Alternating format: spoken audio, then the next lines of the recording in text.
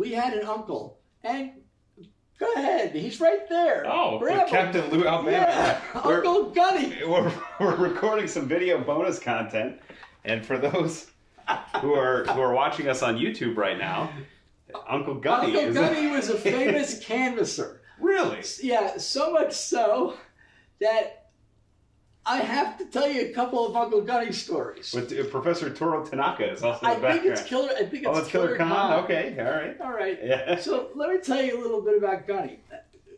I'm surprised, as the journalist that you are, you didn't ask me, how did he get that? Yeah, how did Uncle Gunny get the nickname? His real name was Irving. Nice Jewish man, Irving Greenfield. You can put him back. Okay. God. And he's in. I wish you could see who he's with. He's with Andre the Giant, Stone Cold Steve Austin, Mike Tyson, Shawn Michaels, and Muhammad Ali. Gunny Captain was Gunny married my father's sister. Okay. And Gunny had a lot of great things. One thing when I was growing up as a kid, he used to say, I know what Jay's heard. You're gonna love this. He used to, out of nowhere, sometimes he'd say, he was a wrestling fan too, but he'd say to me, baseball, football, swimming in a tank, when you get up, and like he'd hold his ribs as he's in pain. When you get up, you get a crank. And he'd say, and I'd be looking at him puzzled, and he'd say, Simus. I'd be like, what? Well, I asked in further research with my mother or father, Simus is like bread pudding. It's Yiddish. You know? So to go over that again, and I said, well, what's a crank? Yeah. My father's like, that's like someone kicked you in the ribs. Well, it's not how I would describe it. But and you got a pain. You got a pain in your body. Yeah. So once again, Gunny would just say, baseball, football, swimming in a tank. When you get up, you get a crank. Simus. So that he was just had random stuff. The poet laureate of the family. He, my father, and my uncle Matt, and their friend of theirs, Frankie, used to play cards. And they had this game. You know, you've ever played gin rummy? Yes. They had this game called knock rummy. Okay. Which you could just on the first hand. Let's say you had 3 deuces. Yeah. And you were holding some low. You know, you could. Oh wow. Right. Yeah. Right. So they'd be sitting around. They played for low stakes. And I'm down at my Aunt Betty's house, and they'd be playing, and they'd be joking and laughing. And I remember when my Aunt Betty, she lived in down the shore, like Belmar area, Bradley Beach, and they owned a shoe store. Oh. And we'll get to Gunny. And they owned a shoe store, right? And she was very gregarious and generous. And we used to go down there on a Sunday, and my father and his friend Frankie, who they were lifelong friends from childhood. Frankie owned a record store in Montclair, New Jersey, and so our mother-in-law taught in Montclair State. There you go, yeah. Right on what's the 202? No, the name Bloomfield Avenue. Oh yes. Bloomfield Avenue. So on the way down in Woodbridge, leaving from where I lived in Woodbridge, there was a Jewish cemetery where most of my family, a lot of people are buried from my family, and I'll wind up somewhere, but I don't know if I want to be buried. That's another story. But anyway, hopefully we never get to that bonus episode. No, when they would drive by the cemetery, my father, he was a good. I got a lot of tricks. I got a lot of tricks from him. He'd go, "Hey Frankie, you're going to be first." Frankie said, "No, Philly, no." So they would break chops, and so this card game they would play.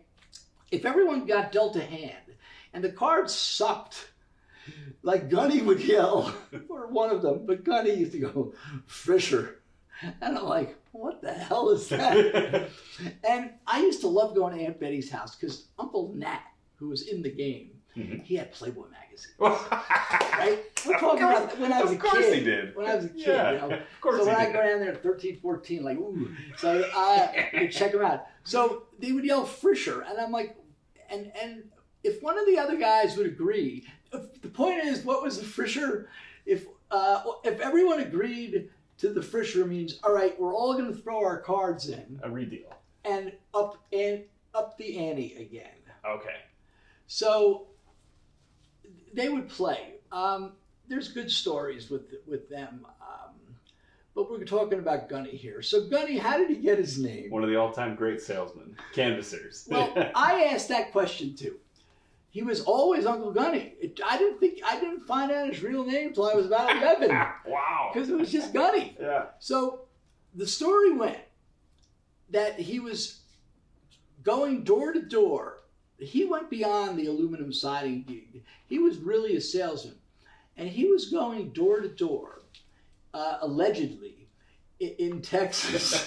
Allegedly. This is a man of mystery. This is like the James Bond of the Silken family. He was selling unbreakable dishes. They had that kind of racket back then. Oh yeah. Really? So he goes into this house, and he's in this neighborhood, and it was, this is the 50s, man. Oh, okay. So wow, that's even earlier than I thought. Right. So he's selling up this house. He got the moniker. So he was selling unbreakable dishes, and it was like $14.99. They last a lifetime. You'll never have to buy a dish again. That's it. You're done. Unless you want to be like Ava Gabor in Green Acres, just throwing them out the window instead of washing them. But so he makes the sale. And he knew that, it was the lady of the house, and there was a toddler, sort of like Zach. Sure, yeah. Crawling around, walking around. He was that age. And the husband was inside, right? He was resting. Husband wasn't involved. So she's writing a check. People wrote checks back then. He just took it. They didn't have credit cards or cash. Maybe he was getting cash. I don't know if he'd take a check. Yeah. But she was paying him. Mm-hmm. And lo and behold, the toddler, the dishes were on the kitchen table. And the toddler gets on the chair, knocks the box off, and the dishes break into many pieces. And at that point, it woke up the husband, who came running out with a gun. And off went Gunny. And fortunately, he wasn't shot at. His other story from that trip, which he told me, and, it was during, I was 9, 10, and I would be going for this kind of thing. He'd say, when I was in Texas, I saw these two guys, and they got into a fight. I go, yeah? He goes, yeah, and they were standing on a hill. I go, really? Yeah. And they started arguing real bad. I go, well, what happened, Uncle Gunny? He goes, well, the one guy took out a stick. I go, yeah, really? What did he do? He goes, well, they kept arguing, and the guy holding the stick eventually, and once again, don't forget they're on a hill. Right. He hit the guy over the head with a stick, and he hit him so hard that the guy's kneecaps popped off and rolled down the hill. I'm like, wow, that's cool. Yeah. So when he made it back from that trip, he was dubbed Gunny. But this is not his greatest story. Really? It just dawned on me. I would be doing our listeners a disservice if they didn't hear this story.